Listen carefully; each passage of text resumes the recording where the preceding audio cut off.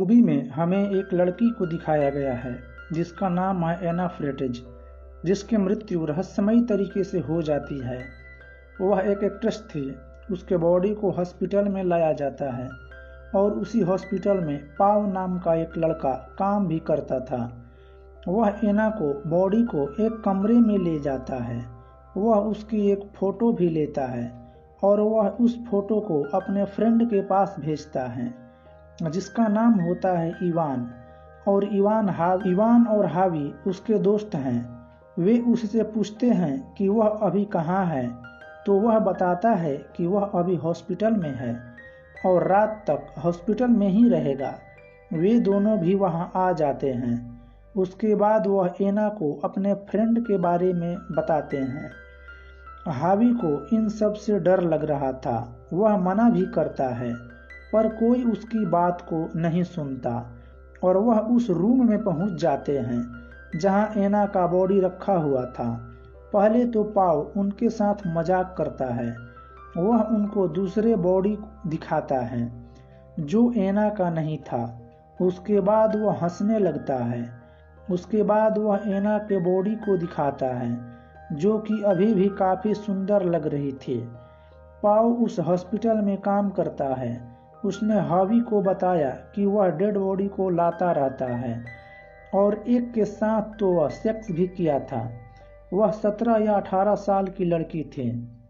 उसके पास उसकी फोटो भी थी और वह उस फोटो को अपने फ्रेंड को दिखाता है। तो वहीं पर इवान को एक आइडिया आता है कि वह एना के साथ सेक्स करने चाहता है, लेकिन हावी को यह आइडिया ठीक नहीं लगता। लेकिन पाव भी ऐसा करना चाहता है। पाव और हावी दूसरे रूम में चले जाते हैं और इवान एना से संबंध बनाता है। ये सब करने के बाद वह उसी रूम में आ जाता है जिस रूम में उसके दोस्त थे। उसको एना के साथ सेक्स करने में काफी मजा आया था। इसी वजह से अब पाव भी उसके साथ संबंध बनाने वाला था। हावी को यह सब पसंद नहीं आता और वह यहाँ से जाने के लिए कहता है, लेकिन इवान हावी से कहता है कि वह एक बार पाव को कर लेने दो, फिर हम यहाँ से चले जाएंगे। तो पाव एना के पास जाता है और एना से संबंध बनाता है। संबंध बनाते समय एना का सिर नीचे लटक जाता है और वह एकदम से जिंदा हो जाती है। उसकी आंखें खुल जाती है लेकिन वह कुछ नहीं बोलती और वह अपने बॉडी को भी नहीं हिला पाती।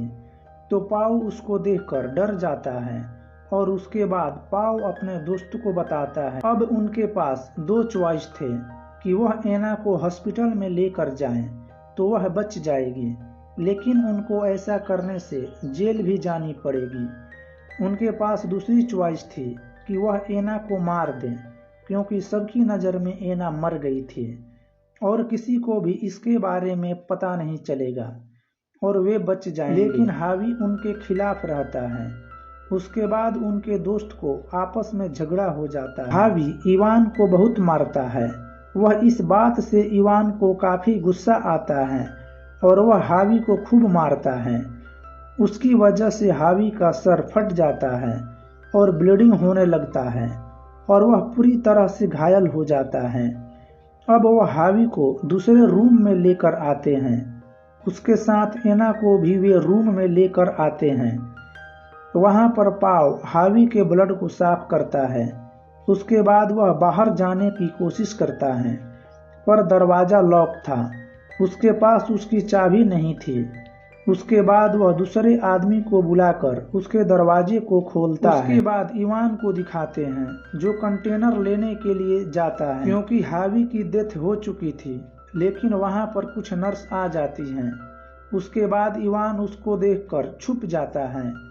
उसके बाद पाव को दिखाते हैं जो हावी के ब्लड को साफ कर रहा था, लेकिन मौका का फायदा उठाकर एना अपने आप को खोल लेती है और वह बेड से नीचे उतर जाती है। वह खड़ा नहीं हो पा रही थी, इसलिए वह रेंगते हुए रूम से बाहर जाती है। वहां से नर्स चली गई थी।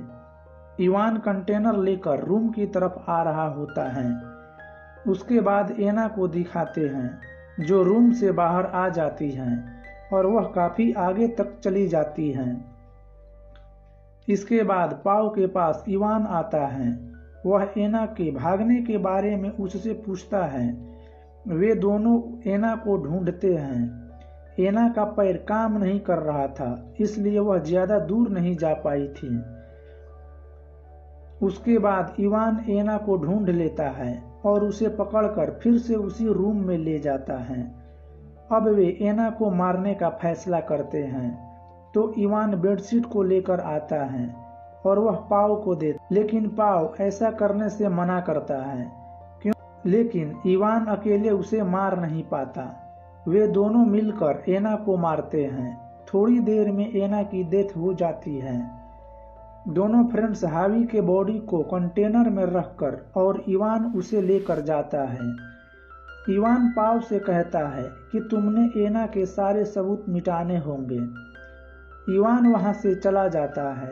इवान हावी के बॉडी को छुपा देता है, लेकिन तभी उसे एना की खांसने की आवाज आती है और उसे पता चलता है कि एना अभी भी जिंदा है।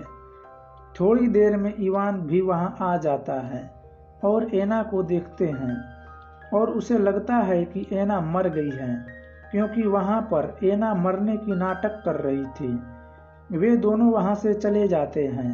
सीढ़ी के पास पहुंचने के बाद इवान को ऐसा लगता है कि वह अपने वॉलेट को भूल गया है। उसे पता चलता है कि उसका वॉलेट तो रूम में ही रह गया है, तो वह वापस से उस रूम में जाता है। पाव उसे रोकने की कोशिश करता है, पर वह नहीं रुकता और रूम में जाकर देखता है कि एना अभी भी जिंदा थी और वह गाउन को पहन रही थी। तो इससे इवान को काफी गुस्सा आता है और वह पाव के गर्दन को दबाने लगता है, लेकिन कुछ टाइम बाद वह उसकी गर्दन को छोड़ देता है और यह भी बात मान लेता है कि उसे अब जेल जाना ही पड़ेगा। अब जो होगा वो देखा जाएगा, और वह एना को भी छोड़ने का फैसला करता है। लेकिन पीछे से एना आकर इवान के गले पर छुरी मारती है, जिसकी वजह से उसकी डेथ हो जाती है। पाव एना से कहता है कि वह छोड़ने के लिए तो मान गया था, तो फिर तुमने उसे क्यों मारा? लेकिन एना पाव के पेट में भी छुरी मार देती है और वह नीचे गिर जाता है। और उसके बाद एना कई बार उसे चाकू मारती है और तब तक मारती है जब तक कि उसकी डेथ ना हो जाए, और यह कहानी यहीं खत्म हो जाती है। अगर आपको यह वीडियो पसंद आए तो हमारे चैनल को सब्सक्राइब जरूर